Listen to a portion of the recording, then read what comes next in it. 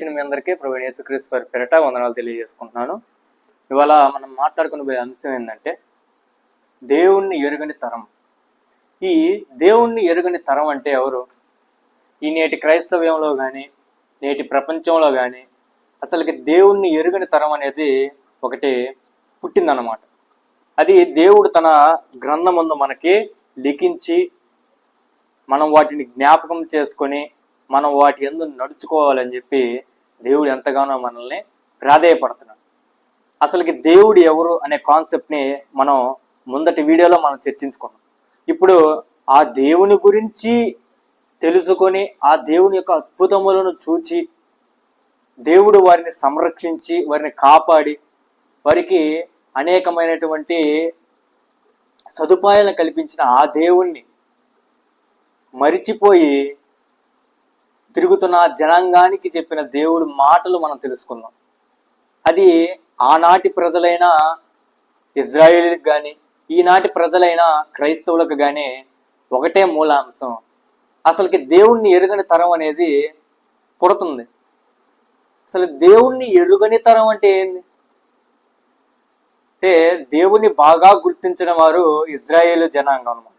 ఇజ్రాయేలీలో మొట్టమొదట దేవుడు ఎన్నుకున్నబడిన వ్యక్తి అబ్రహాము ద్వారా దేవుడు తన కుమారుడైన ఇస్సాకుని ఎన్నుకొని ఇస్సాకు ద్వారా యాకోబు ద్వారా తన 12 మంది యొక్క కుమారులను ఎన్నుకొని వారి ద్వారా యూదా గోత్రములో నుంచి దావీదును రప్పించి దావీదులో నుంచి యేసుక్రీస్తు ప్రభువుని రప్పించాలనేది దేవుని యొక్క ప్రణాళిక. ఈ ప్రణాళికను మనం గ్రహించి యేసుక్రీస్తు ప్రభువు యొక్క బ్రతుకును గురించి మనం తెలుసుకోవాలి. అసలు ఆనాడు ఐగుప్తు దేశంలో నుంచి తీసుకొచ్చినటువంటి దేవుడు ఇజ్రాయేల్ యొక్క 6 లక్షల మంది కాల్బలం అంటే 30 లక్షల మందికి పైనే దేవుడు వాళ్ళని తీసుకువచ్చి ఎర్ర సముద్రాన్ని దాటించి వారికి మేఘస్తంభంగాను అగ్నిస్తంభంగాను వారికి మన్నాను కురిపించి వారి వస్త్రములు చినగక వారి పాదరక్షకు అరగక వారికి దినదినము వాళ్ళకి కావాల్సినటువంటి ప్రతి సదుపాయాన్ని అందిస్తున్న ఆ దేవుణ్ణి విడిచిపెట్టేసి వారు కనానులోనికి ప్రవేశించిన తర్వాత యెహోషువ యొక్క నాయకత్వం ఎప్పుడైతే ముగిసిపోయిందో ఆ కాలం నుంచి దేవుణ్ణైనను ఆయన చేసిన మేలులైనను ఎరుగని తరం ఒకటి మనకు పుట్టిందనమాట. దాన్ని ఈ పరిశుద్ధ గ్రంథం బైబిల్లో మనం ఆ వచనాన్ని మనం చూసుకుందాం. న్యాయాధిపతుల గ్రంథం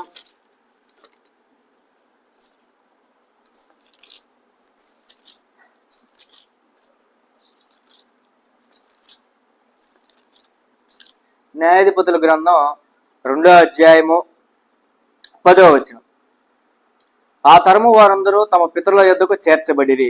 వారి తరువాత యెహోవానైనను ఆయన ఇజ్రాయేలీల కొరకు చేసిన కార్యములైనను ఎరుగని తరం ఒకటే పుట్టగా ఇజ్రాయేలీలు యెహోవా కన్నుల ఎదుట కీడు చేసి ఐగుప్తు దేశంలో నుండి వారిని రప్పించిన తమ పితరుల దేవుడైన యెహోవాను విసర్జించి బయలుదేవతలను పూజించి తమ చుట్టూ నుండి జనుల దేవతల్లో ఇతర దేవతలను అనుసరించి వాటికి నమస్కరించి యెహోవాకు కోపం పుట్టించిరి. అంటే ఇక్కడ పర్టికులర్గా న్యాయాధిపతుల గ్రంథంలో మనకి దీని గురించి చెబుతున్నారు. ఏమని చెబుతున్నాడు ఈ గ్రంథకర్త? ఆ తరుము వారందరూ తమ పితరుల యొద్దకు చేర్చబడిరి. వారి తరువాత యెహోవానైనను ఆయన ఇజ్రాయేలు కొరకు చేసిన కార్యములైనను ఎరుగని తరం ఒకటి పుట్టెను. అంటే అసలు యేసుక్రీస్తు ప్రభువారి గురించి మనం క్రొత్త నిబంధనలో చదువుతాం. పాత నిబంధనలో అంత గొప్పగా దేవుడు వాళ్ళని ఐగుప్తులో నుంచి రప్పించి ఎర్ర సముద్రాన్ని 2 పాయలుగా చీల్చి దాన్ని ఆరిన నేల మీద నడిపించిన ఆ జనాంగమే, ఎన్నో అద్భుతములను దేవుడి ద్వారా చూసినటువంటి ఆ జనాంగమే తర్వాత దేవుణ్ణి ఎరుగని తరముగా పుట్టిందన్న వాస్తవాన్ని మనం తెలుసుకోవాలి. ఎందుకు ఆ జనాంగం అలా తయారైంది?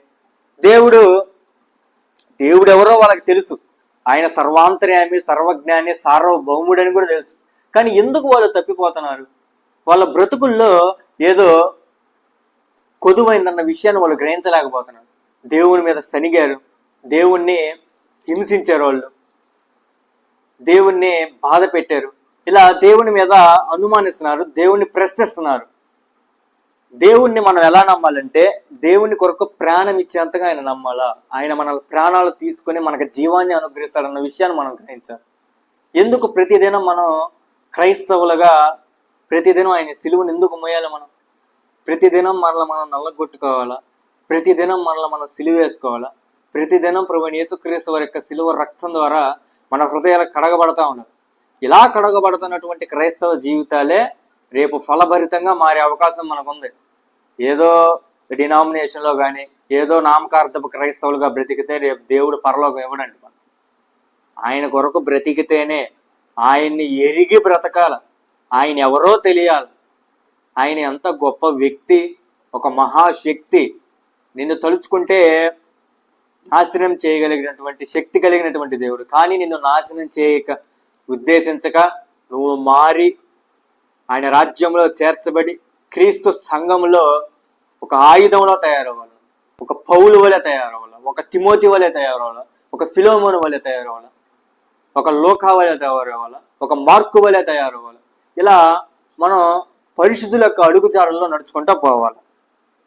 నెక్స్ట్, అసలు ఈ గ్రంథాన్ని ఇచ్చేటప్పుడు, ధర్మశాస్త్రాన్ని మోషేకి ఇచ్చేటప్పుడు దేవుడు ఒక చక్కటి మాట చెప్పాడు. అసలు ఈ ధర్మశాస్త్రాన్ని మీరు ఎలా పాటించాలి అనే విషయాన్ని కూడా మనకి దేవుడు తెలియజేశాడు. ద్వితీయోపదేశ కాండం 6వ అధ్యాయము 6వ వచనం నుంచి చదువుతాం. నేడు నేను నీకు ఆజ్ఞాపించు ఈ మాటలు నీ హృదయములో ఉండవలెను. నీవు నీ కుమారులకు వాటిని అభ్యసింపజేసి నీ ఇంట కూర్చుంటున్నప్పుడును, త్రోవను నడుచునప్పుడును, పండుకొనున్నప్పుడును, లేచునప్పుడును వాటిని గూర్చి మాట్లాడవలెను. సూచనగా వాటిని నీ చేతికి కట్టుకొనవలెను. అవి నీ కన్నుల నడుమ బాసికముల వలె ఉండవలెను.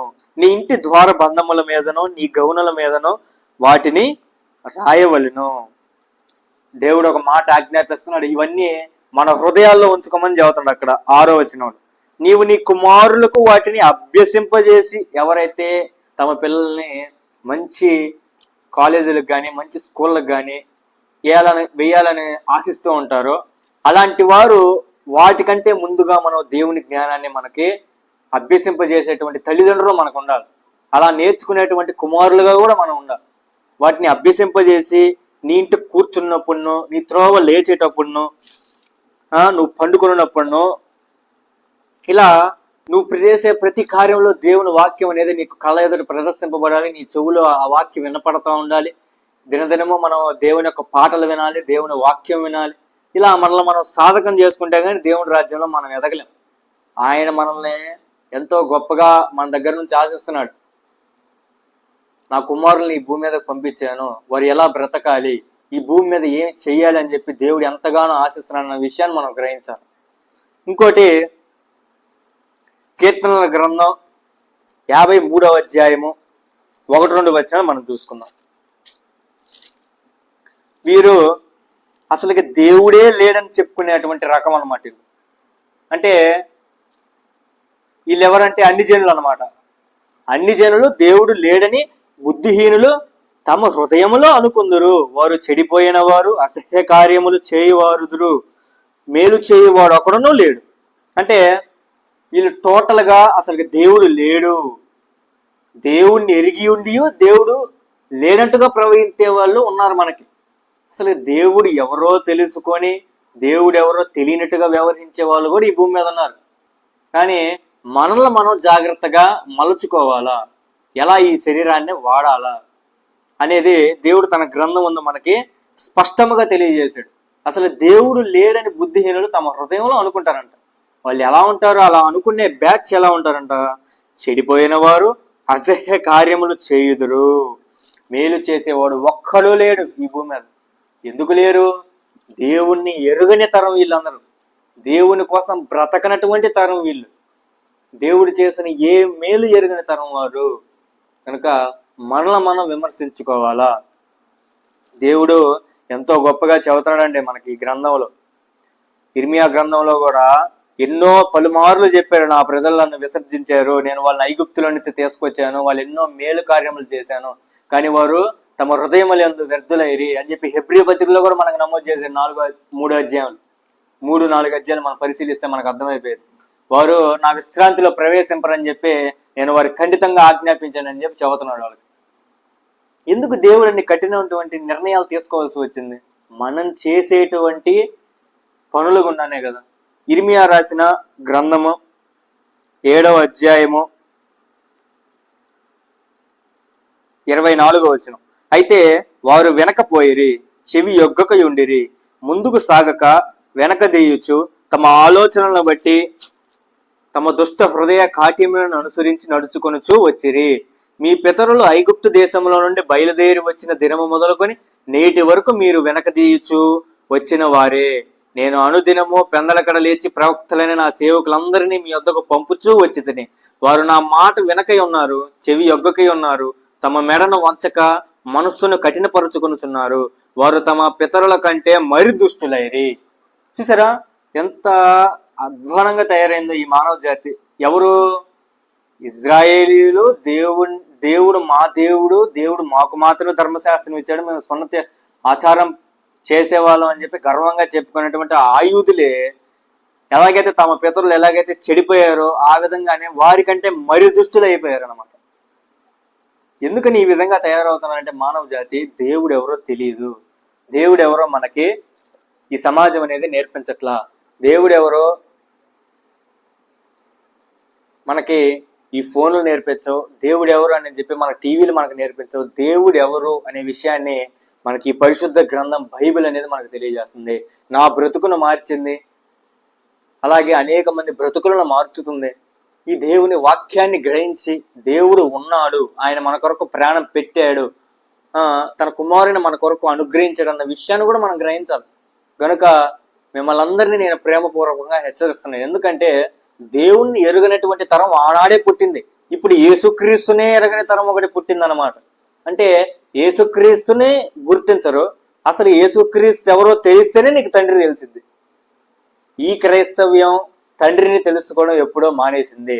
యేసుక్రీస్తుని తెలుసుకుంటున్నారు కానీ, యేసుక్రీస్తు ప్రభు యొక్క బ్రతుకుని గురించి తెలుసుకుంటున్నారు కానీ దేవుడు ఎవరో తెలుసుకోవట్లా, తండ్రి గురించి చెప్పట్లా. యేసుక్రీస్తు ప్రభు వారే నేను తండ్రి గురించి సాక్షి మీయడానికి వచ్చానని చెప్పి ఆయన చెప్పుకున్నాడు. కానీ చాలా మంది ఏం చెబుతున్నారు? యేసుక్రీస్తు గురించి చెబుతున్నారు. యేసుక్రీస్తు ప్రభు వారి గురించి క్రైస్తవ్యానికి 100% అవసరమే. కానీ ఆయన వచ్చిన పని ఏంది? నేను నా తండ్రిని గురించి సాక్ష్యం ఇవ్వడానికి నేను రాలేదా అన్నాడు. ఆయన వచ్చింది తండ్రిని ఆరాధించడానికి, తండ్రి కొరకు బ్రతకడానికి, తండ్రిని పరిచయం చేయడానికి. కనుక మనం ఈ లోకానికి యేసుక్రీస్తు ప్రభువారితో పాటు తన తండ్రిని కూడా మనం పరిచయం చేయవలసిన బాధ్యునుగా మనం ఉన్నాం. కనుక యేసుక్రీస్తు వారి కృప తోడైండును గాక. ఆమేన్. అందరికీ వందనాలు తెలియజేసుకుంటున్నాను.